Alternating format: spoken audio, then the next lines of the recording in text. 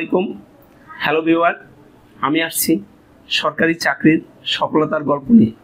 আজকে যিনি আসছেন ইডেন মহিলা কলেজের মেয়ে।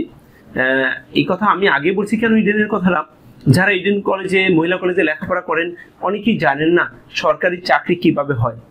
কিন্তু আমাদের সেই উত্তরা জসিমউদ্দিন থেকে জোবায়দা এসে পরপর 3টি সরকারি চাকরি পেয়েছেন। তো আপনারা যারা ইডেন মহিলা কলেজের আজকে এই জোবায়দা লাইভ দেখবেন এবং যারা সরকারি চাকরি প্রত্যাশী, আমার দৃঢ় বিশ্বাস আজকে এই জোবায়দার এই সরকারি চাকরি দেখে আপনারাও আপনাদের ডিসিশন নিতে ভুল করবেন না, খুব কম সময়ে চলে আসবেন। আর একটা বিষয়, এই ঢাকা বহুভাষী সার্টিফিকেট ট্রেনিং সেন্টারে যারা লাইভ দেখেন তার পরের দিনই যদি ঢাকা বহুভাষীতে না আসতে পারেন তখনই আপনাদের কাছে খারাপ লাগে, বিশেষ করে যারা চাকরি প্রত্যাশী। কারণ একটা সরকারি চাকরির জন্য পুরো পরিবার কিভাবে খুঁজতেছে যে কোথায় গেলে সরকারি চাকরি পাবো, আর তাও আবার ফ্রি এবং ফেয়ার, মাত্র 200 টাকা দিয়ে সরকারি চাকরি। তাহলে আপনারা যারা লাইভ দেখছেন তারা এখনো দেরি করবেন কেন? যদি কখনো ফ্রি এবং ফেয়ার সরকারি চাকরি চান তাহলে অবশ্যই ঢাকা বহুভাষীতে আসবেন। এবং এই ঢাকা বহুভাষী বাংলাদেশের প্রথম লিখিত জগতে, যেটা অবস্থান হলো আগারগাঁও তালতলা, যেখানে বর্তমানে স্বপ্ন সুপার শপ হয়েছে, তার পাশেই ঢাকা বহুভাষী। এখন সবার স্লোগান স্বপ্ন এখন ঢাকা বহুভাষী বাস্তবায়ন করে। তার মানে কি, ঢাকা বহুভাষীতে আসলেই সরকারি চাকরি, সবার স্বপ্ন একটা সরকারি চাকরি, আর সেটা বাস্তবায়ন হয় এই ঢাকা বহুভাষী সার্টিফিকেট ট্রেনিং সেন্টার থেকে। তো যেমনটা পেয়েছেন ইডেন মহিলা কলেজের আমাদের জোবায়দা, যিনি আজকে এসেছেন তার সরকারি চাকরির সফলতার গল্প নিয়ে। তো তার সাথে আছেন তার সাহেব, যিনি না হলে হয়তো বা সেই উত্তরা জসিমউদ্দিন থেকে জোবায়দা আজকে এই ঢাকা বহুভাষীতে আসতে পারতেন না, এবং এই পরপর 3টা সরকারি চাকরি হতো না। আমি বলবো সম্পূর্ণ ক্রেডিট তার হাজবেন্ডের, কারণ সে যথেষ্ট সহযোগিতা করছে বলেই জোবায়দা আজকে এই পর্যন্ত আসতে পারছে। তো শুনি এবার জোবায়দার কাছে জোবায়দার সফলতার গল্প। হ্যালো জোবায়দা, কেমন আছেন আপনি? জি, আমি ভালো আছি, আলহামদুলিল্লাহ। আলহামদুলিল্লাহ ভালো আছেন। আপনি তো ভালো থাকবেন, কারণ আপনি পরপর 3টা সরকারি চাকরি পেয়েছেন এই প্রতিষ্ঠানে ভর্তি হওয়ার পরে, প্রশিক্ষণ নেওয়ার পরে।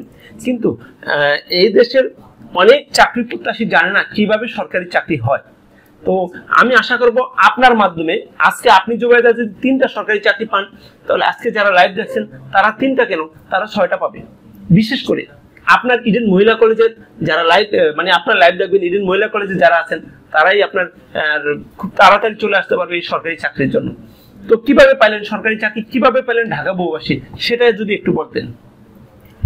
জি, আমার 2 ফ্রেন্ডের প্রথমে চাকরি হয়। তারা প্রথমেই আমাকে অনার্সে থাকাকালীন সময়ে বলে যে একটা কোচিং আছে, সেখানে এই ধরনের পড়াশোনা করায়, সেখানে সবকিছু ইচ এন্ড এভরিথিং যা যা করতে হবে সবকিছু সেখান থেকেই বলে দেয়।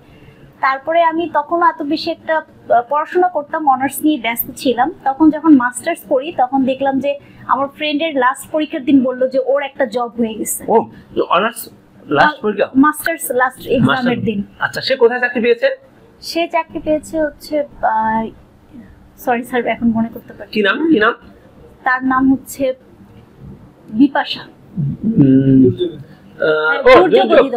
হ্যালো বিপাশা, পঞ্চগড়ের বিপাশা। জি, পঞ্চগড়। হ্যাঁ বিপাশা, আপনিও আপনার হাজবেন্ড নিয়ে আসছিলেন।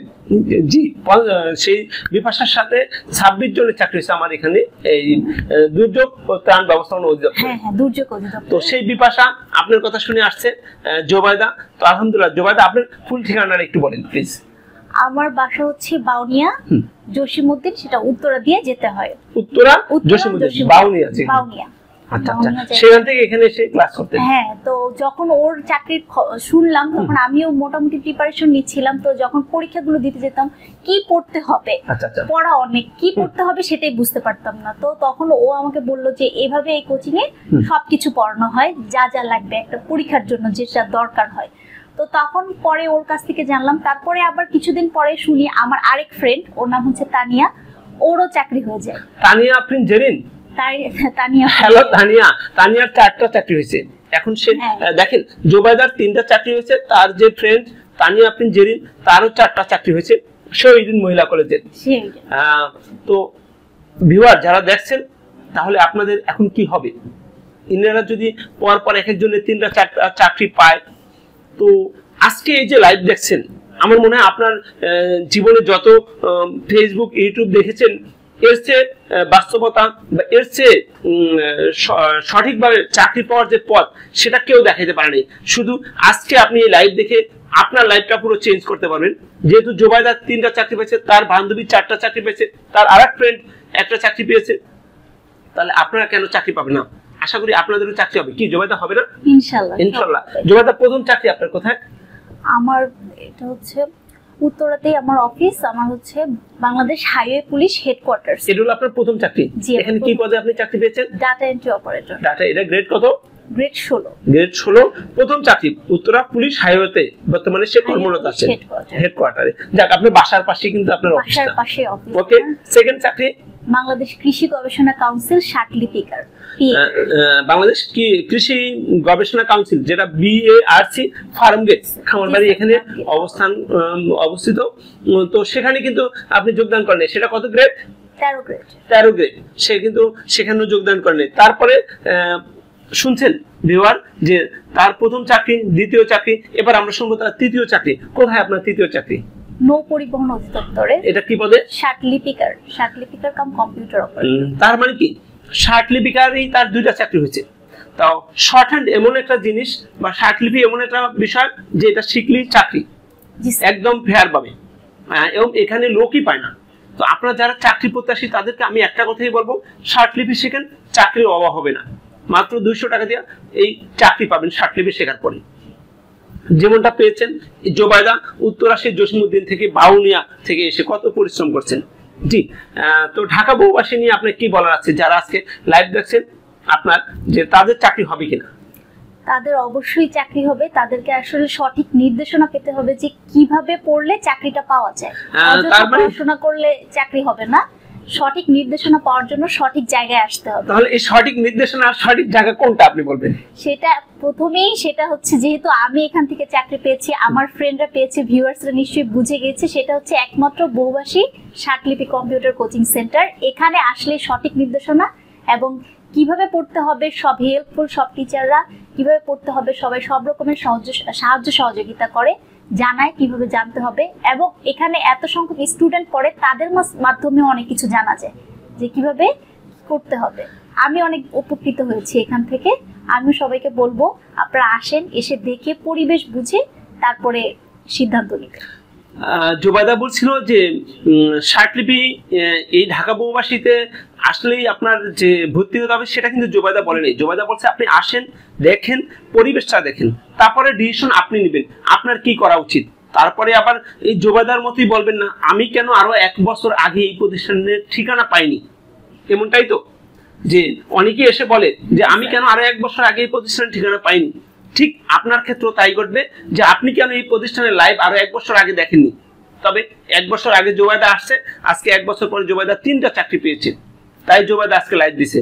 আশা করি আপনিও এভাবে এসে বলবেন যে ওই যে উত্তরা জসিমউদ্দিনের বাউনিয়া থেকে যে মেয়েটি জোবাইদা, যার পরপর 3টা চাকরি হয়েছে, তার লাইভ দেখে আমি এসেছি, আমারও চাকরি হয়েছে। এটা নিশ্চিত থাকেন আপনি যদি প্রশিক্ষণ নেন এবং এই ঢাকা বহুবাসীর সঠিক গাইডলাইন পান, তাহলে আপনারও 3টা কেন 6টা হবে। কি হবে না জোবাইদা? তো আপনার এই চাকরি পাওয়ার ক্ষেত্রে সবচেয়ে বেশি কে আপনাকে হেল্প করছে, ঢাকা বহুবাসী না আরো কেউ? ঢাকা বহুবাসীর তো অবশ্যই হেল্প আছে, কারণ এর আগেও আমি চাকরির জন্য পড়াশোনা করতাম, কিন্তু কি পড়তে হবে সেটাই বুঝতে পারতাম না।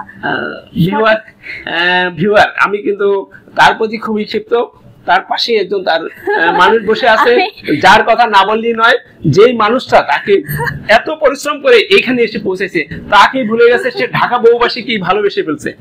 আসলে কি না, আসলে সে বলতে চেয়েছে যে এই ঢাকা বহুবাসীতে আসার পরে যে আমি যে গাইডলাইনটা পেয়েছি এবং যে সহজে চাকরি পড়তে হবে, কি পড়তে হবে সেটা কিন্তু ঢাকা বহুবাসী থেকে পেয়েছেন। আর তার হাজবেন্ড তাকে এই জায়গায় এনে পৌঁছেছে। তবে ঢাকা বহুবাসী দিচ্ছে গাইডলাইন, তার হাজবেন্ড দিচ্ছে তাকে সময়, কিভাবে এই প্রতিষ্ঠানের সময় মতো এনে পৌঁছাবে সেই কাজটা কিন্তু তার হাজবেন্ড করেছেন। জি প্লিজ আপনার যদি একটু অনুভূতি জানতে চেয়েছিলাম, আপনার কাছে কেমন লাগছে? আপনার ওয়াইফ পরপর 3টা চাকরি পেয়েছেন, আপনার পরিচয়টা যদি একটু বলতেন। আমি মোহাম্মদ মাইজুল ইসলাম।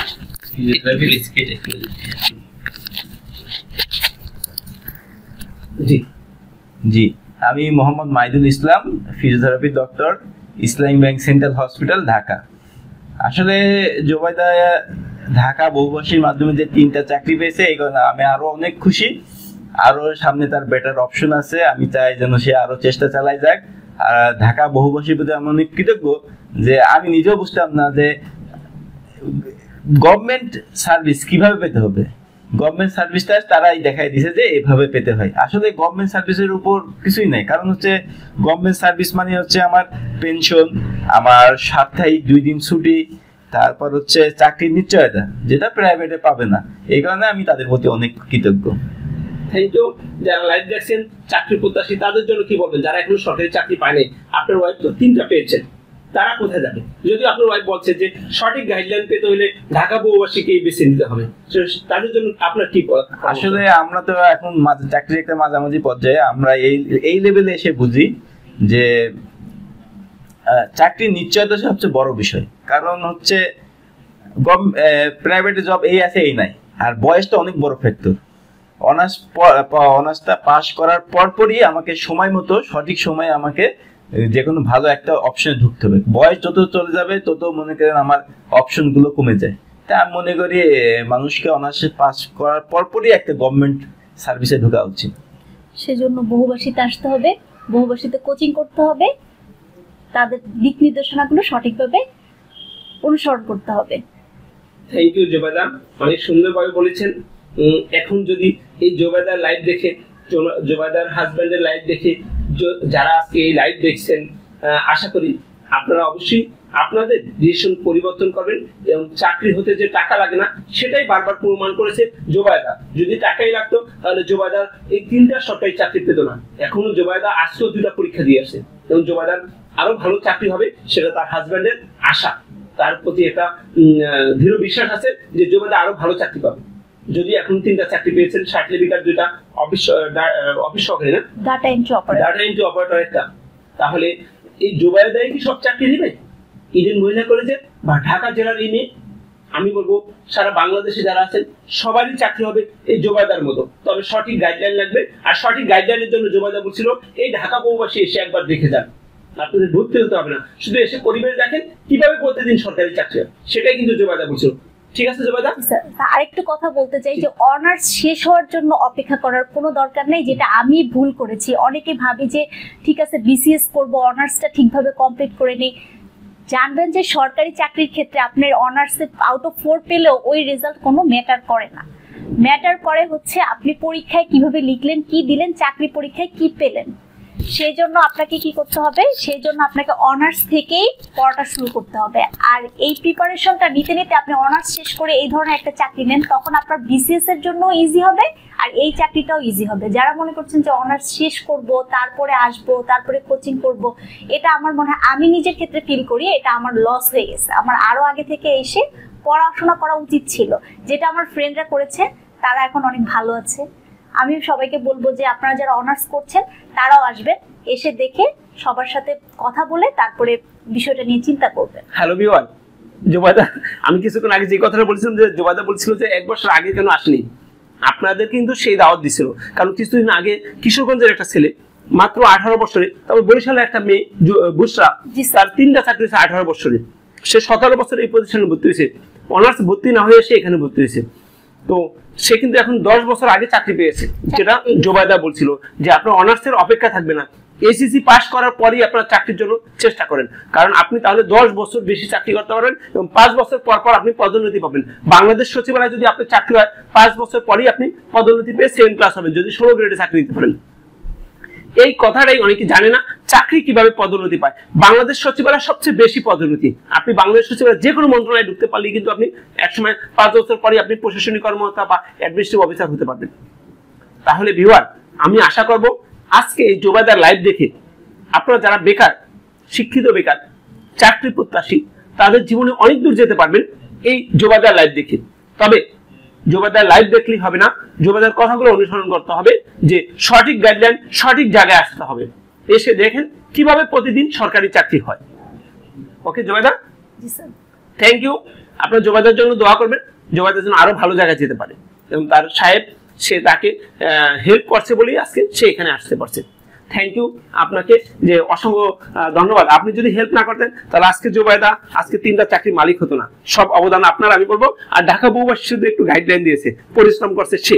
না, আমি আপনাদের প্রতি অনেক কৃতজ্ঞ। আপনাদের এই গাইডলাইন স্যার আসলে হতো না, এই চাকরি হওয়ার পরেও আমরা দেখছি আপনারা এখনো গাইডলাইন দিয়ে যাচ্ছেন। Thank you, thank you, thank you. জি, আসসালামু আলাইকুম। আসসালামু আলাইকুম ভিউয়ার, সবাই ভালো থাকবেন। Thank you.